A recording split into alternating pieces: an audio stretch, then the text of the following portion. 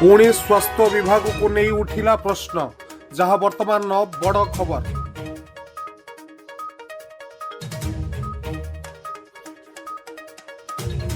जाजपुर जिला कोरेई अंचल एक दुखद खबर।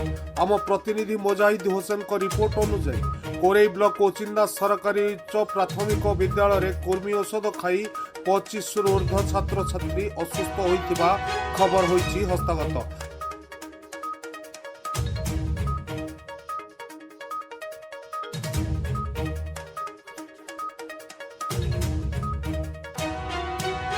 जहाँ वर्तमान एक चर्चार खबर। सेपटे असुस्थ पिला मानकु कोरेई गोष्ठी स्वास्थ्य केन्द्र में भर्ती करा जाइथिबा देखा जाइछि।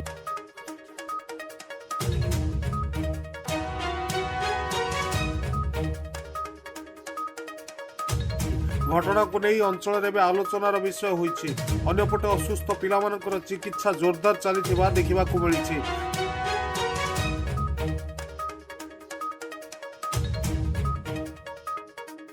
सेपटे औषध गुड़िकर अवधि रही कि नहीं ताहाकु नहीं मध्य संदेह सृष्टि होइछि।